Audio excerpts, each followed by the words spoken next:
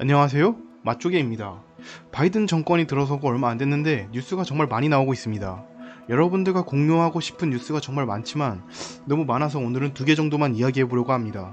첫 번째는 지금 바이든 정부에서 가장 밀고 있는 정책이죠. 탄소 배출 규제에 대한 뉴스입니다.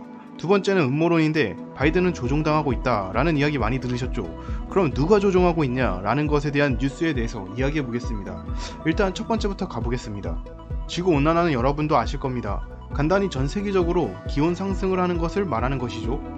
요즘은 이 지구온난화라는 말보다 기후변동이라는 클라이머 체인지라는 말을 많이 쓰는 것 같습니다. 지구와 관련되는 중요한 문제이다 보니 나사에서도 홈페이지를 가지고 있죠.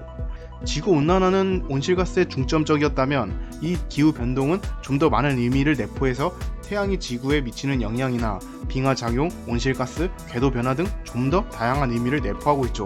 여기서 바이든 정부는 ESG, 환경, 사업, 기업, 지배구조를 생각해서 이 이산화탄소를 줄이겠다는 정책을 내고 있습니다.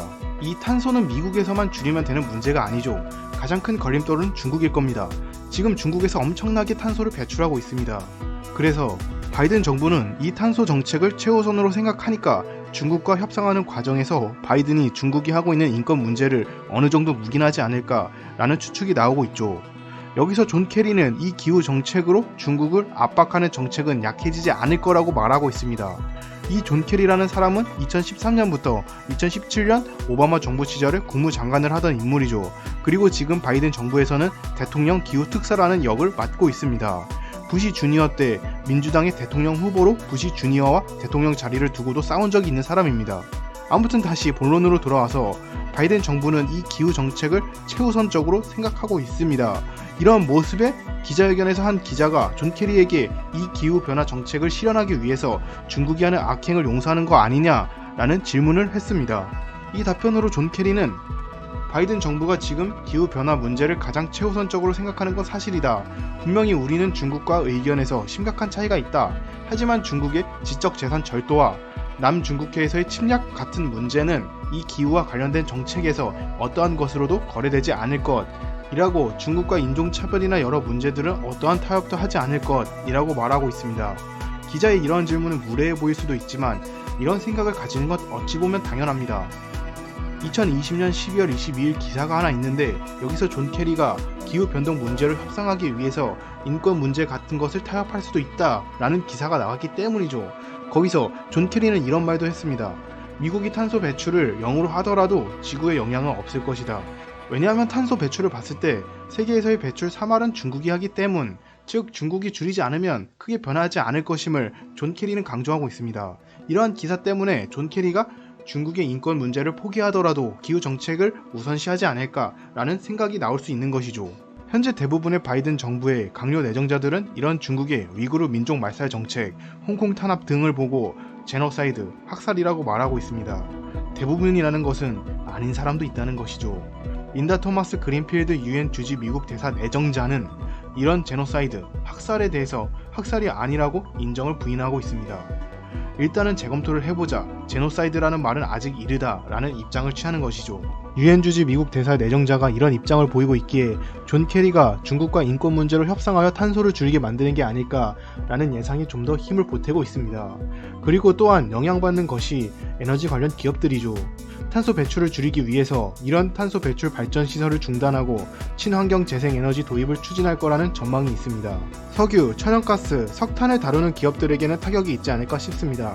지금 이러한 바이든의 정책은 크게 의료사업이나 시리아, 이라크를 포함한 중동 정책, 각종 총기 규제 등 트럼프 대통령이 뒤집었던 오바마 정부 시절의 정책을 바이든 정부에서 다시 돌리는 모습을 보이고 있습니다.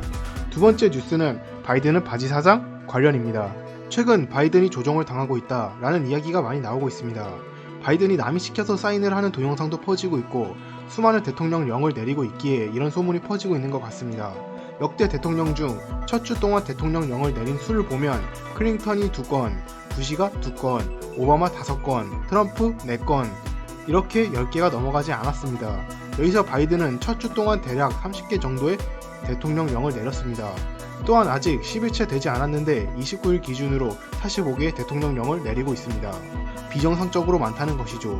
여기서 이런 많은 대통령령을 낸 건 바이든이지만 누가 시킨 것이냐 라는 소리가 나오고 있습니다. 이 대통령령은 행정기관을 속박하는 행정명령에 속하고 있죠. 또한 미국의 경우는 트럼프가 하웨이와 거래를 금지했던 것처럼 우리나라 대통령령보다 더욱 강력한 힘을 가지고 있습니다. 즉 하나하나 만드는데 시간이 상당히 걸린다는 것이죠.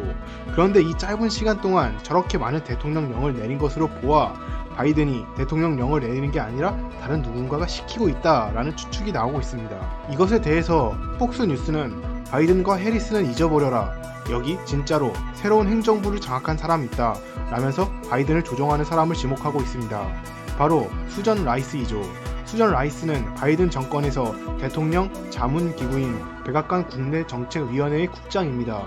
그리고 오바마 정권 당시에는 첫 흑인 유엔 대사로 일하다가 국무장관 후보에 올랐으나 후보에서 그쳤고 결국 국가안보보좌관이 되었던 인물이죠. 외교가 전문인 인물입니다. 그런데 이번에 국내 담당을 하면서 외교를 잘하는 인물을 왜 국내 담당으로 쓰는지 조금 의심의 눈초리도 있었습니다. 아무튼 이런 수전 라이스가 대통령령을 내리고 있는 것이 아닌가 하는 의심을 폭스뉴스에서 내고 있습니다. 그리고 폭스뉴스에서는 이 수전 라이스가 원하는 것이 지금의 미국을 오바마 정권의 시대로 돌아가게 하는 것이라고 말하고 있습니다. 위에도 말했듯 트럼프가 뒤집은 오바마 정책을 다시 바이든이 뒤집으면서 오바마 시절로 돌아가고 있는 건 사실이죠. 거기서 리더십을 가지고 움직이는 게 바이든이 아니라 수전 라이스라는 주장을 하고 있는 것입니다. 어디까지나 이런 뉴스가 있었습니다. 마지막으로 맛조개의 개인적인 생각입니다. 탄소에 대해서는 정말 애매합니다. 이 탄소를 제재한다는 것은 공장을 제재한다는 것이죠. 공장에서 탄소를 배출하는 게 많으니까. 그리고 공장을 제재한다는 것은 제조업을 제재한다는 것으로 이어지죠. 2019년 기사를 보면 우리나라의 2018년 수출에서 제조업이 84.1%를 차지하고 있습니다. 제조업을 제재하면 중국에게 큰 타격을 입힐 겁니다. 이것에 대해서는 응원을 하고 싶지만 이 제조업의 제재가 중국에게만 해당되지 않을 겁니다. 전 세계 우리나라에도 제재가 오겠죠. 국내 고용은 제조업이 지탱.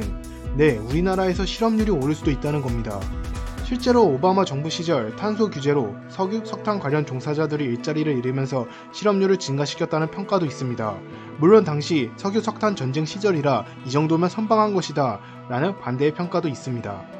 그리고 이 탄소 규제라는 게 저 개인적으로는 환경이라는 이유로 미국이 전 세계에서 패권을 굳히려는 모습이 아닌가 싶습니다. 개발도상국에서 선진국으로 가는 가장 일반적인 루트가 제조업으로 성장하는 것이죠. 우리나라도 지금 여기까지 성장하는데 반도체나 제철, 선박 등이 큰 역할을 한 것도 사실이고요. 여기서 탄소 배출에 제한을 주게 되면 개발도상국의 제조업에 제재가 걸립니다. 이는 개발도상국에게 선진국 도약의 발판이 하나 없어지는 것을 의미합니다. 여기서 미국의 테슬라가 우주를 개발하고 전기차와 맞물려서 배터리를 개발하는 게 굉장히 신경 쓰입니다. 과거 달에 대해서는 우주에 대한 국가적 소유를 금지하고 사적 소유에 대해서 아무런 이야기가 없었습니다. 근데 2015년 정도부터 미국이 우주 자원의 사적 소유권을 주장하고 있습니다. 이런 모습은 저는 미국이 화성에 먼저 도착한 다음 화성의 사적 소유권을 가져간 다음 화성에다가 태양광 발전을 하려는 게 아닌가 생각이 듭니다. 여기서 이 태양광을 이용해서 에너지를 만든 다음 이 에너지를 저장할 배터리와 이 우주에서 이런 걸 옮길 전기차가 필요한 것이겠죠. 이렇게 되면 미국은 에너지에서 큰 자유를 얻게 됩니다. 그리고 화성에서 환경 오염을 시켜도 뭐라 할 국가들은 없을 겁니다. 결국 우주 개발을 하지 못한 나라들은 피해를 볼 수밖에 없어요. 일본의 경우도 이런 걸 대비해 손정희가 우주 개발에 뛰어들었지만 엘리엇이 손정희를 개박살 내면서 손정희의 우주 개발 야욕이 무너진 것도 사실이죠. 이 모습은 저는 미국이 패권을 굳히는 게 아닌가 싶습니다. 이런 ESG와 우주 개발에 대해서는 나중에 다시 한번 제대로 조사하여 다뤄보고 싶네요. 이상 맛조개였습니다. 영상을 봐주셔서 감사합니다. 저는 다음 영상에서 더욱 유익한 내용으로 돌아오겠습니다. 모두 행복하세요.